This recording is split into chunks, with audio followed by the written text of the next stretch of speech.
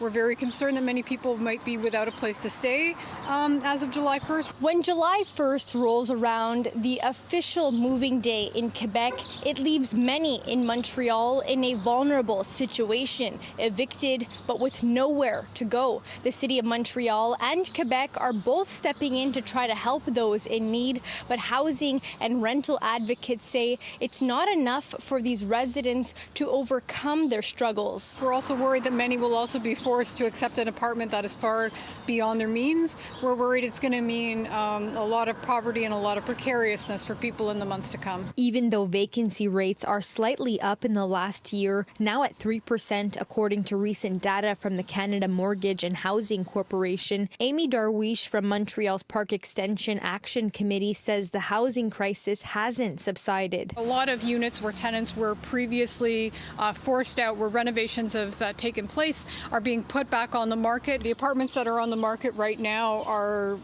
prohibitively expensive for many people. Like for Hamza Kaidri, who lives in a one-bedroom apartment off the island of Montreal in Laval. His rent is $1,300 a month and is jumping to $1,500 next year. He says this increase doesn't match up with his lifestyle. My salary is like 1% per year, more, and for my rent is like 12%. See if it's going higher, I change Montreal to other place. The City of Montreal says they're ready to support residents by helping with accommodations and temporary storage and even assistance in finding housing if they're left with nowhere to go. The city often only rehouses people if they're families or if there are children involved, if people are in very precarious situations.